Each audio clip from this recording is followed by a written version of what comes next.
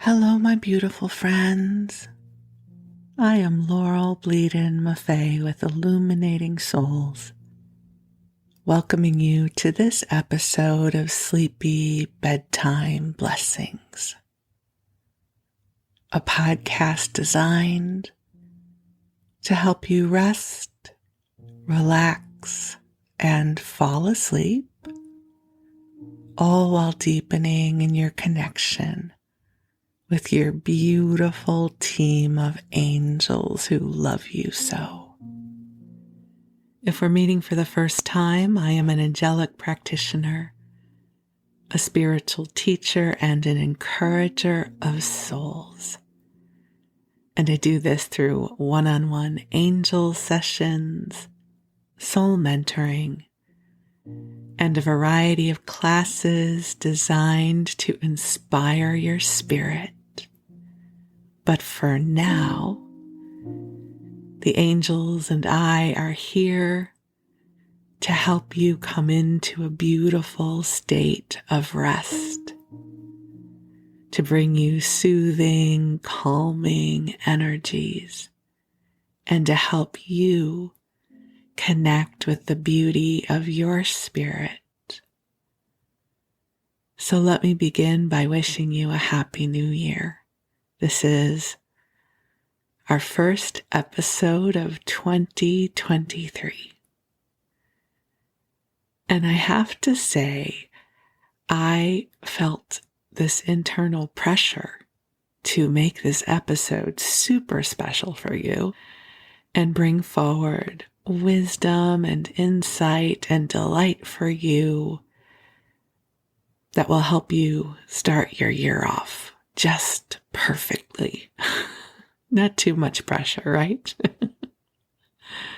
And so the reality is I wasn't feeling it.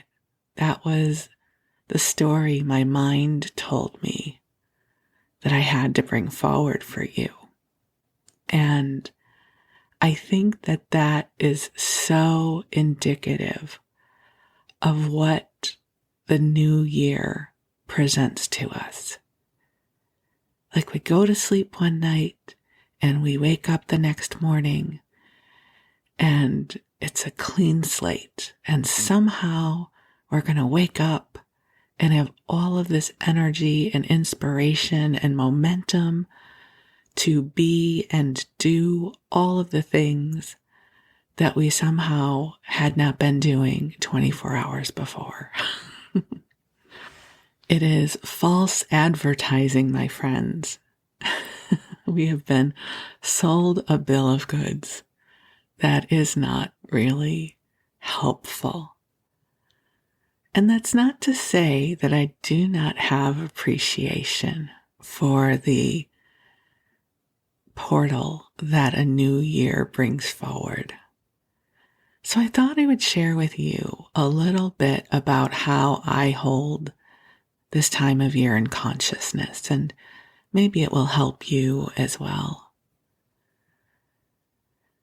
I stopped setting intentions, like big intentions, right? Like this is going to be the year that I exercise and I lose weight and I write my book, like all of that kind of stuff that really comes directly from the ego.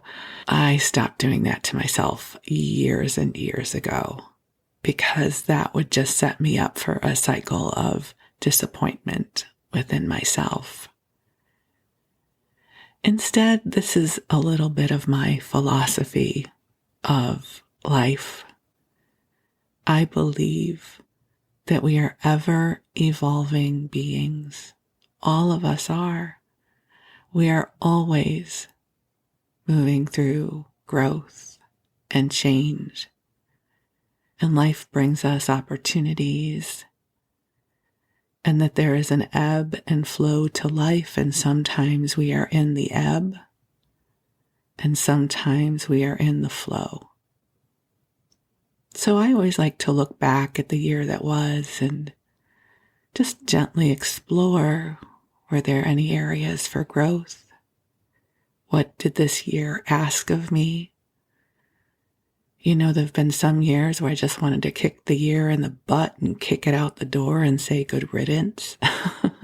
And there have been other years where I felt deep gratitude because it was a beautiful year. But we have good years and we have not so good years.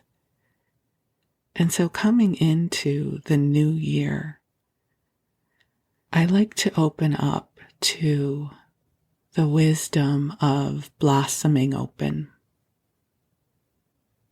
It's a term that I use frequently in my teachings.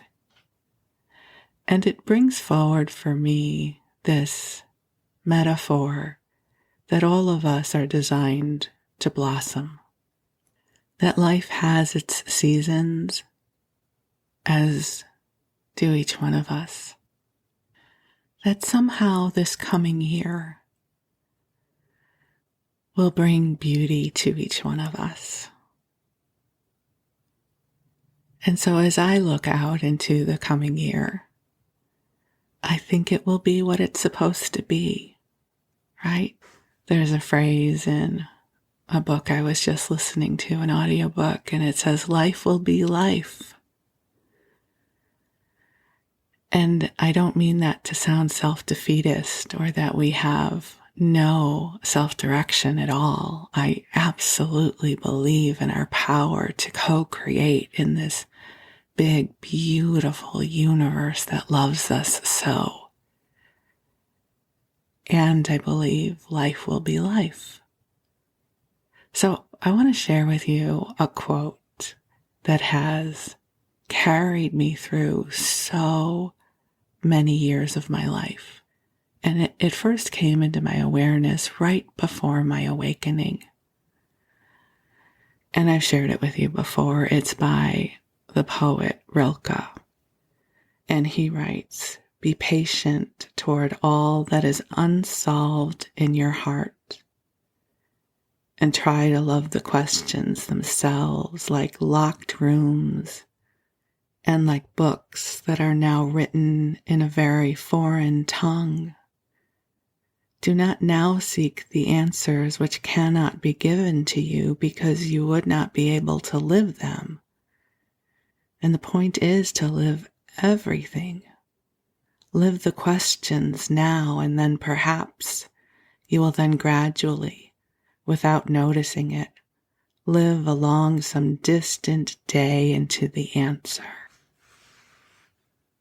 And I just love that quote. And I feel like we can bring beautiful, heartfelt intention into living our questions, right? We're divine wise beings. We're ever evolving. Life is shifting and changing within us and around us. So none of us know what the year will bring. What we can influence is how we hold for our journeys in consciousness. We can bring our life force into the world and engage in ways that bring us joy, that bring goodness into the world. And we can be kinder to ourselves and to others. We can find ways to use our life force in the world in a way that makes it a little bit brighter than it was before. And so I just invite you to join me and the angels as we sprinkle blessings of love upon the year ahead. And just to know that within you, you are a beautiful divine being. And just like me, you are living the question. We're all living the perpetual question. And that there is beauty in you. And you have gifts and abilities, insight, loving, to share with this world. And the world is better because you are here. Let's sprinkle this upon the year that will come, making space for miracles and serendipity, beautiful chance meetings, and sparks of inspiration. Like, I affirm there is goodness coming to you that you don't even have the first inkling about yet. So I invite you to take a nice deep breath in, breathing in the love of God, the love of the divine.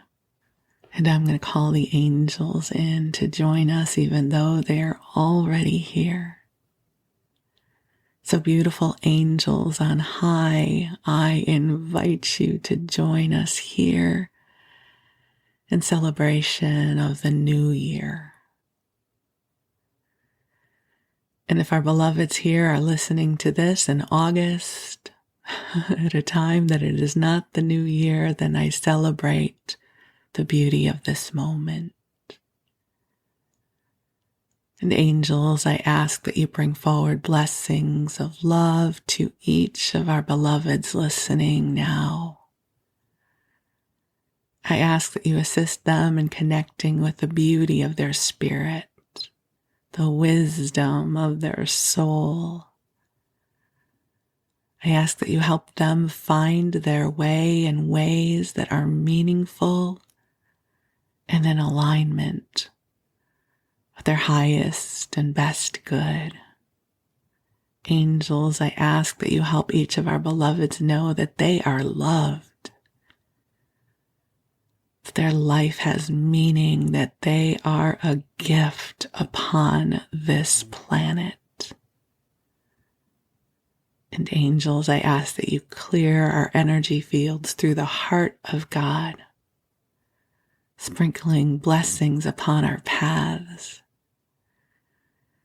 bringing forward sparks of inspiration that help each one of us in our own unique way find our way forward in a way that brings us deep fulfillment and joy. God is good. God is good all the time, as Reverend Michael says. And life is life, and life always brings us opportunities for reflection and for growth and for kindness and so much more. And so I bless this moment as holy and sacred because you are here. You are here in the brightness and the beauty of your spirit.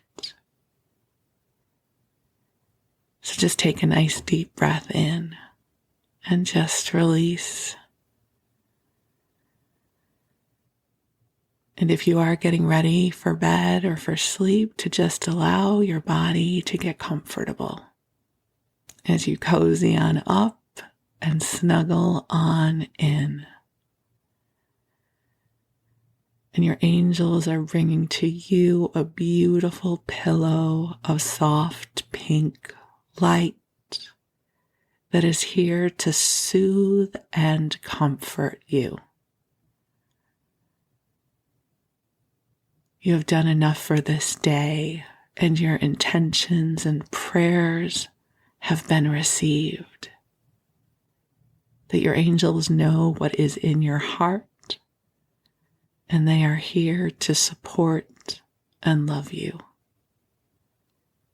You are a blessing in this world, and I am so deeply grateful for you. I say thank you for your divine essence. Thank you for your courage to be incarnated on the planet in this time and space. We are all evolving consciousness together, my friends. And I am so grateful you are here because my life is better because of you. Even if we have never met, I love that our hearts get to connect and dance through this broadcast. I love that I have the opportunity to encourage you and to shine love upon you.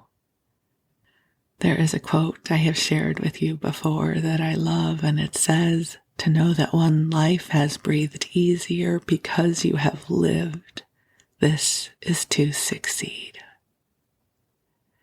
So let's all take that breath together. I'm breathing easier because you live, and perhaps I'm helping you breathe easier in this moment. So we can all take that beautiful deep breath of awareness that we have eased each other's journeys, even if it is just the tiniest bit for the shortest moment of time.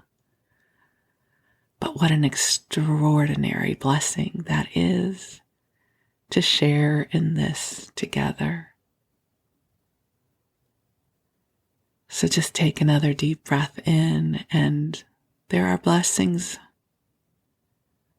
ahead for you. There are beautiful moments still yet to come. Allow yourself to stretch into the magic in your soul and the beauty in your spirit. And you don't have to do all the heavy lifting. The angels are with you. And they are helping to take good care of you. So you go ahead and drift off whenever you are ready. This episode will last about an hour, so you have plenty of time to get comfortable. And if you have prayers in your heart that you wish to share with the angels, you can do so at any time. This is a beautiful sanctuary cultivated for you. So you rest. And while you rest, I'm going to read you a story. And for this episode, I am guided to revisit Anne of Green Gables. As I shared with you earlier in the episode, I really just was holding myself accountable to make some incredibly inspiring episode for you. And I will share, I am really feeling quiet. I think I'm in this expression of self-reflection in a lovely way. And so my energy feels very internal right now. And so I'm honoring that. And so rather than sharing a story from my life or, something else, I thought I would love to go back and spend some time with Anne. It's such a sweet story. And just last night, I woke up at 2 a.m. and I couldn't go back to sleep. And so I put on the last Anne of Green Gables episode that I did, which was in November. And I so enjoyed it. And I thought, you know what? I'm going to give myself permission to return to Anne of Green Gables with you for this episode as well. And part of returning to this book by Lucy Maud Montgomery, published in 1908, I need to bring you up to speed. And so this is where I ramble and share with you Anne's story up until the point where we are right now. And so here we go. So Anne is a little girl. In the chapter we just read, she turned 13 years old. And she's an orphan. And she is adopted by Matthew and Marilla Cuthbert, brother and sister, who live on a farm called Green Gables. And they are in their late 50s and early 60s, so they're an older couple. And they were planning on adopting a little boy to help around the farm. They would give him a good home and an education and love him, and he would be able to help around the farm. But when Matthew went to pick up the little boy from the train station, there had been a mix-up, and instead of sending a boy, they sent Anne. And Anne is larger than life. She is exuberant. She is a dreamer. She is vivacious. She's got this long red hair that she dislikes immensely. She has an imagination. She daydreams. She talks a mile a minute. And so much of the story is about the different adventures that happen between Anne and her life in Avonlea, which is the town in which they live. And Anne has a best friend who she calls her best bosom friend, Diana Barry, who lives in the estate next door to Green Gables. So at this point in the story, the girls, Anne and Diana, have been talking about this writing assignment that they had to do for school. They had to write a story. For Anne, this is her sweet spot. This is her wheelhouse. And she just got finished sharing with Diana about the story she wrote, which is worthy of any of our modern day soap operas. It is a story about star-crossed lovers who wind up dying together, and then the other girl who loved the boy winds up going mad and going into an insane asylum. Like, it's so dramatic, and and that's our Anne, right? She's just dramatic, and Diana says, how do you even come up with these stories? I was born with no imagination. And Anne says, of course you have an imagination. You just have to learn how to access it. And so they decide to start this story club, which is such a delightful idea, right? Like, let's all be in story clubs where we make up stories and share them with each other. So it's mid-chapter, but this is where we're going to start. Anne is encouraging Diana about her imagination. So Diana says, I don't see how you can make up such thrilling things out of your own head, Anne. I wish my imagination was as good as yours. It would be if you'd only cultivate it, said Anne cheeringly. I've just thought of a plan, Diana. Let you and me have a story club all our own and write stories for practice. I'll help you along until you can do them by yourself. You ought to cultivate your imagination, you know. Miss Stacy says so. Only we must take the right way. I told her about the haunted wood, but she said we went the wrong way about it in that. And what Anne is talking about here is that she and Diana had named this one area that they walk through the haunted wood, and then they proceeded to tell each other ghost stories that they were completely making up about the haunted wood, and then neither one of them would walk through it at night. So that was a flashback to something that happened earlier in the book. So she says, I told her about the haunted wood, but she said we went the wrong way about it in that. And that was how the story club came into existence. It was limited to Diana and Anne at first, but soon it was extended to include Jane Andrews and Ruby Gillis and one or two others who felt that their imaginations needed cultivating. No boys were allowed in it, although Ruby Gillis opined that their admission would make it more exciting, and each member had to produce one story a week. It's extremely interesting, Anne told Barilla.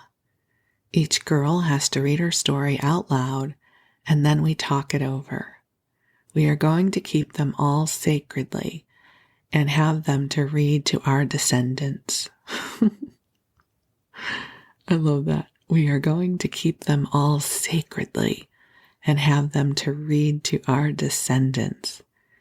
We each write under a nom de plume. Mine is Rosamond Montmorency. all the girls do pretty well.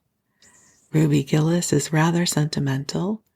She puts too much lovemaking into her stories, and too much is worse than too little. Jane never puts any because she says it makes her feel so silly when she had to read it out loud. Jane's stories are extremely sensible. Then Diana puts too many murders into hers. I just love the way each one of these girls has their own approach. She says most of the time she doesn't know what to do with people, so she kills them off to get rid of them. Okay, I hope it's okay that I'm laughing. It's so much fun to read this. I love that. She says most of the time she doesn't know what to do with the people, so she kills them off to get rid of them. There you go. That's an approach. I mostly always have to tell them what to write about, but that isn't hard, for I have millions of ideas. I think this story writing business is the foolishest yet, scoffed Marilla. You'll get a pack of nonsense into your heads and waste time that should be put on your lessons. Reading stories is bad enough, but writing them is worse. But we're so careful to put a moral into them all, Marilla, explained Anne. I insist upon that. All the good people are rewarded, and all the bad ones are suitably punished. I'm sure that must have a wholesome effect. The moral is the great thing. She's so wise, right? Mr. Allen says so. I read one of my stories to him and Mrs. Allen, and they both agreed that the moral was excellent, only they laughed in the wrong places. I like it better when people cry. Jane and Ruby almost always cry when I come to the pathetic parts. Diana wrote her Aunt Josephine about our club, and our Aunt Josephine wrote back that we were to send her some of our stories. So we copied out 4 of our very best and sent them. Miss Josephine Barry wrote back that she had never read anything so amusing in her life. That kind of puzzled us because the stories were all very pathetic, and almost everybody died. Isn't that wonderful? That kind of puzzled us because the stories were all very pathetic and almost everybody died. But I am glad Miss Barry liked them. It shows our club is doing some good in the world. Mrs. Allen says that ought to be our object in everything. I do really try to make it my object, but I forget so often when I am having fun. I hope I shall be a little bit like Mrs. Allen when I grow up. Do you think there is any prospect of it, Marilla? I shouldn't say there was a great deal, was Marilla's encouraging answer. I'm sure Mrs. Allen was never such a silly, forgetful little girl as you are. No, but she wasn't always so good as she is now either, said Anne seriously. She told me so herself. That is, she said she was a dreadful mischief when she was a little girl and was always getting into scrapes. I felt so encouraged when I heard that. Is it so very wicked of me, Marilla, to feel encouraged when I hear that other people have been bad and mischievous? Mrs. Lynde says it is. Mrs. Lynde says she always feels shocked when she hears of anyone ever having been naughty, no matter how small they were.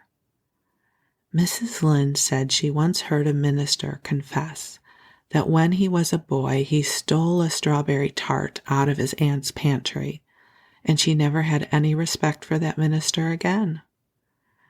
Now, I wouldn't have felt that way.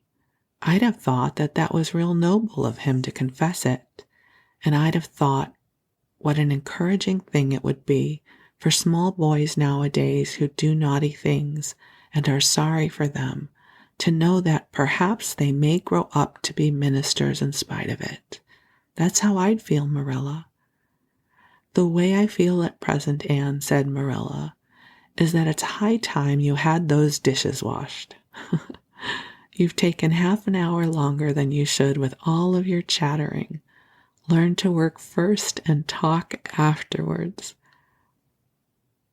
And I have to just say, God bless Marilla. She is so practical. and stoic. And she just does not understand Anne at all, but she loves her. She is in a perpetual state of exhaustion, I think, trying to understand Anne. Okay, so we now come to chapter 27. I had to pause because she's using Roman numerals and I had to try to remember what XXVII is. And I think I have figured out it is 27. Vanity and vexation of spirit. Marilla, walking home one late April evening from an aid meeting, realized that the winter was over and gone with the thrill of delight that spring never fails to bring to the oldest and saddest, as well as to the youngest and merriest. Marilla was not given to subjective analysis of her thoughts and feelings. She probably imagined that she was thinking about the aides and their missionary box and the new carpet for the vestry room. But under these reflections was a harmonious consciousness of red fields smoking into pale purply mists in the declining sun, of long sharp-pointed fir shadows falling over the meadow beyond the brook, of still crimson budded maples around a mirror-like wood pool, of awakening in the world and a stir of hidden pulses under the gray sod. The spring was abroad in the land, and Marilla's sober, middle-aged step was lighter and swifter because of its deep, primal gladness. Her eyes dwelt affectionately on Green Gables, peering through its network of trees and reflecting on the sunlight back from its windows in several little, okay, there's a word here I don't understand, coruscations. So, reflecting the sunlight back from its windows in several little coruscations of glory. I'll have to look that up later. Marilla, as she picked her steps along the damp lane, thought that it was really a satisfaction to know that she was going home to a briskly snapping wood fire and a table nicely spread for tea, instead of to the cold comfort of an old aid meeting evenings before Anne had come to Green Gables. Consequently, when Marilla entered her kitchen and found the fire blacked out with no sign of Anne anywhere, she felt justly disappointed and irritated. She had told Anne to be sure and have the tea ready at 5 o'clock. But now she must hurry to take off her second-best dress and prepare the meal herself against Matthew's return from plowing. "I'll settle Miss Anne when she comes home," said Marilla grimly, as she shaved up kindlings with a carving knife, and with more vim than was strictly necessary. Matthew had come in and was patiently waiting for his tea in his corner. "She's gadding off somewhere with Diana, writing stories or practicing dialogues or some such tomfoolery, and never thinking once about the time or her duties. She's just got to be pulled up short and sudden on this sort of thing. I don't care if Mrs. Allan does say she's the brightest and sweetest child she's ever known.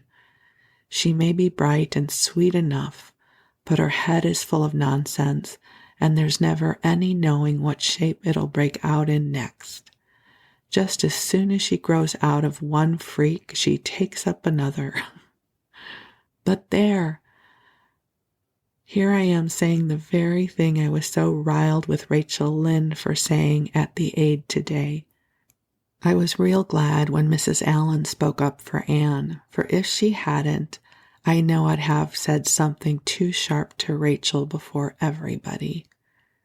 Anne's got plenty of faults, goodness knows, and far be it from me to deny it, but I'm bringing her up and not Rachel Lynde, who'd pick faults in the angel Gabriel himself if he lived in Avonlea. But just the same, Anne has no business to leave the house like this when I told her she was to stay home this afternoon and look after things. I must say, with all her faults, I never found her disobedient or untrustworthy before, and I'm real sorry to find her so now." "Well, now, I don't know," said Matthew, who, being patient and wise, and above all hungry, had deemed it best to let Marilla talk with her wrath out unhindered, having learned by experience that she got through with whatever work was on hand much quicker if not delayed by an untimely argument. "Perhaps you're judging her too hasty, Marilla. Don't call her untrustworthy until you're sure she has disobeyed you. Maybe it can all be explained. Anne's a great hand at explaining." "She's not here when I told her to stay," retorted Marilla.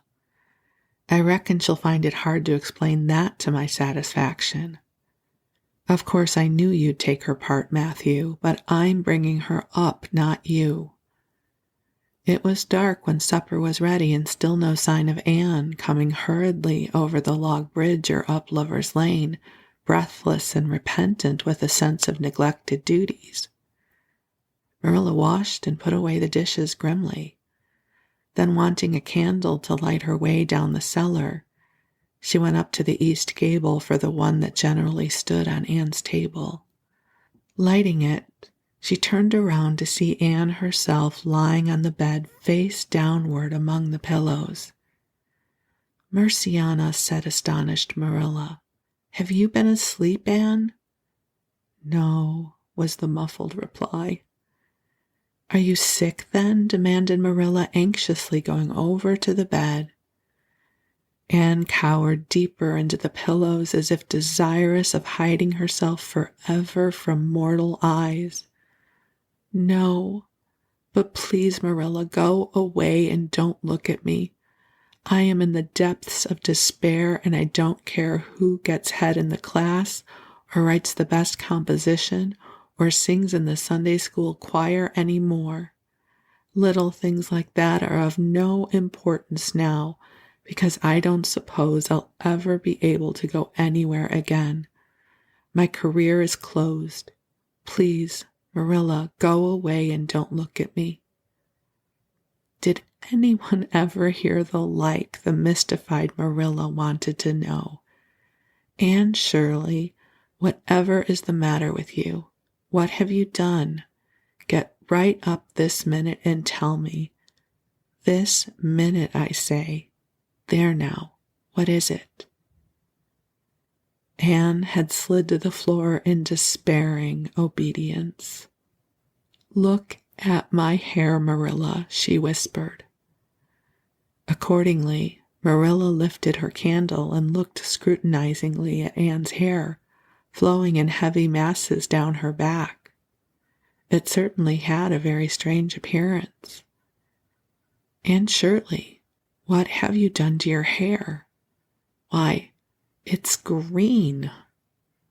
Green it might be called, if it were any earthly color, a queer, dull, bronzy green, with streaks here and there of the original red to heighten the ghastly effect. Never in all of her life had Marilla seen anything so grotesque as Anne's hair at the moment. "Yes, it's green," moaned Anne.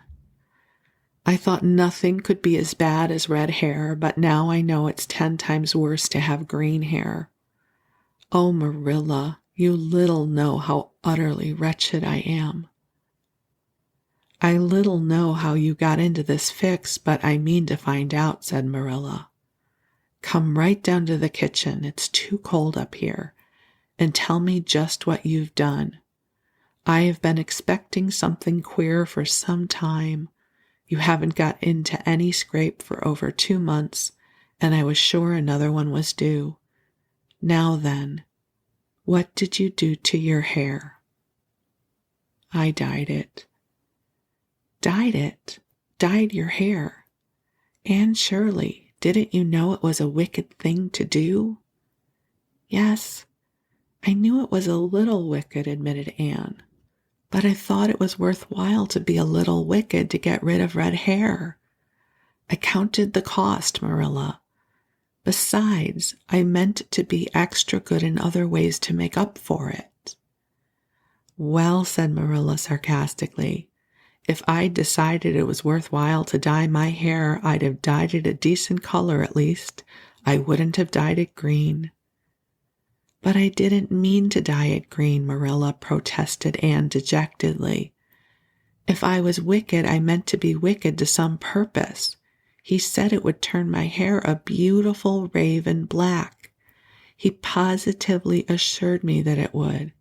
How could I doubt his word, Marilla?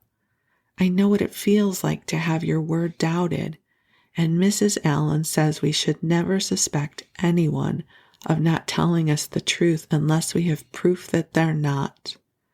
I have proof now. Green hair is proof enough for anybody. But I hadn't then, and I believed every word he said implicitly. I just have to interject. Poor Anne.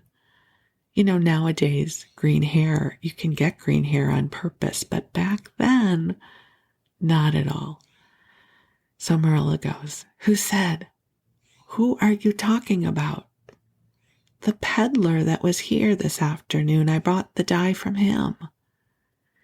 Anne Shirley, how often have I told you never to let one of them in the house? I don't believe in encouraging them to come around at all. Oh, I didn't let him in the house. I remembered what you told me and went out, carefully shut the door, and looked at his things on the step. He had a big box full of interesting things, and he told me he was working hard to make enough money to bring his wife and children out from Germany. He spoke so feelingly about them that it touched my heart, and I wanted to buy something from him to help him in such a worthy object. Then all at once I saw the bottle of hair dye. The peddler said it was warranted to dye any hair a beautiful raven black and wouldn't wash off. In a trice I saw myself with beautiful raven black hair, and the temptation was irresistible. But the price of the bottle was 75 cents, and I only had 50 cents left out of my chicken money. I think the peddler had a very kind heart, for he said that seeing it was me, he'd sell it for 50 cents, and that was just giving it away. So I bought it, and as soon as he had gone, I came up here and applied it with an old hairbrush, as the directions said.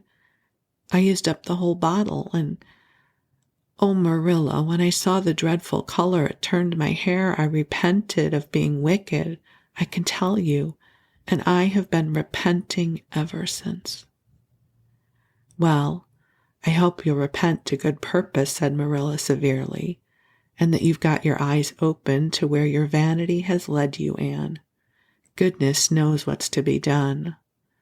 I suppose the first thing is to give your hair a good washing and see if that will do any good. Accordingly, Anne washed her hair, scrubbing it vigorously with soap and water. But for all the difference it made, she might as well have been scouring its original red. The peddler had certainly spoken the truth when he declared the dye wouldn't wash off. However, his veracity might be impeached in other respects. Oh, Marilla, what shall I do? Questioned Anne in tears. I can never live this down. People have pretty well forgotten my other mistakes, the liniment cake, and setting Diana drunk, and flying into a temper with Mrs. Lynde, but they'll never forget this. They will think I am not respectable. Oh, Marilla, what a tangled web we weave when we first practice to deceive. That is poetry, but it's true. And oh, how Josie Pye will laugh. Marilla, I cannot face Josie Pye. I am the unhappiest girl in Prince Edward Island. Anne's unhappiness continued for a week. During that time, she went nowhere and shampooed her hair every day.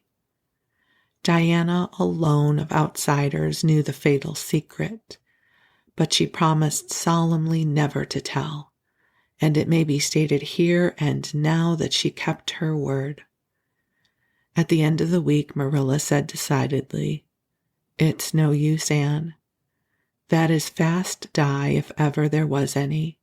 Your hair must be cut off. There is no other way. You can't go out with it looking like that."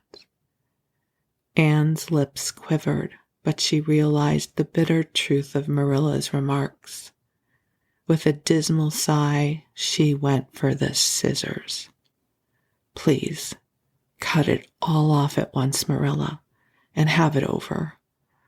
Oh, I feel that my heart is broken. This is such an unromantic affliction.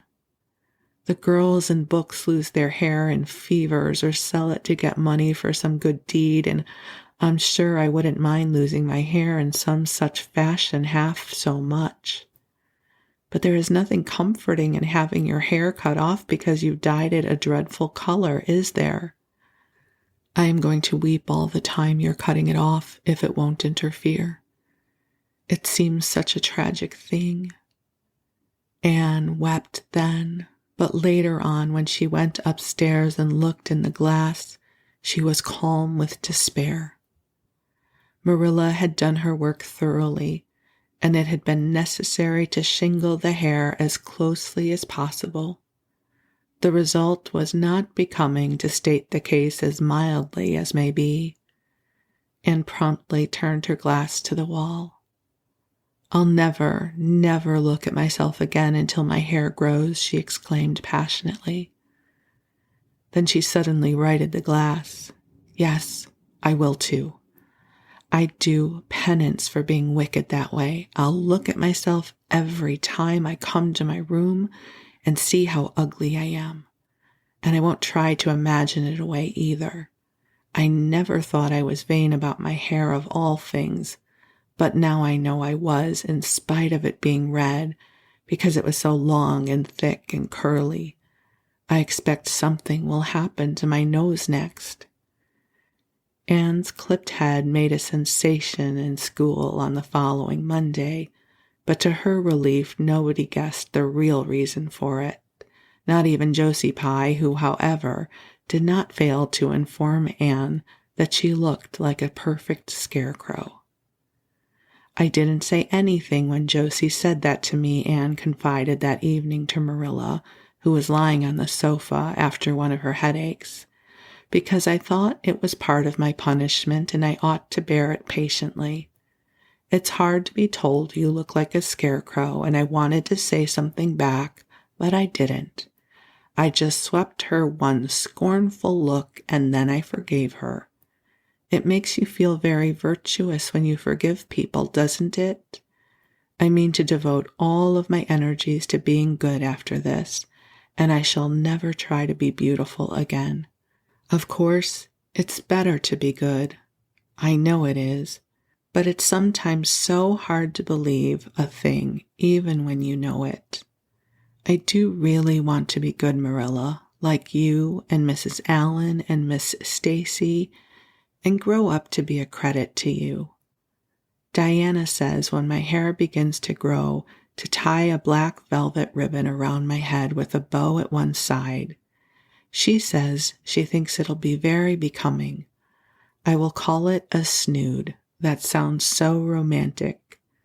But am I talking too much, Marilla? Does it hurt your head? My head is better now. It was terrible bad this afternoon, though. These headaches of mine are getting worse and worse. I'll have to see a doctor about them. As for your chatter, I don't know that I mind it. I've gotten used to it.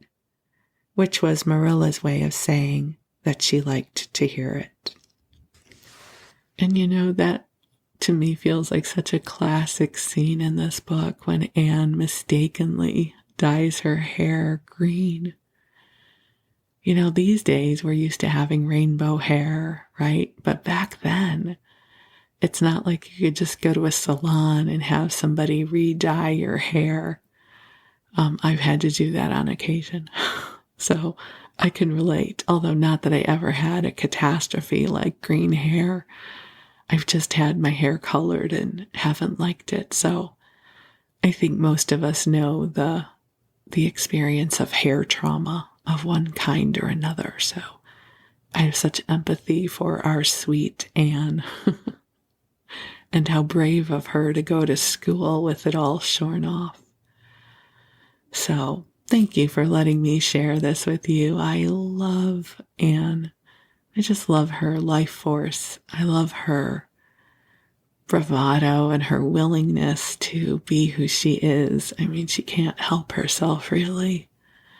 So we'll come back to Anne another day. But for now, my beautiful friends, I send you love. And I wish you the sweetest of dreams. I'm so grateful to get to spend this time with you. You are precious in all of this world. And I am deeply grateful for the gift of you. We'll talk again soon. Thank you.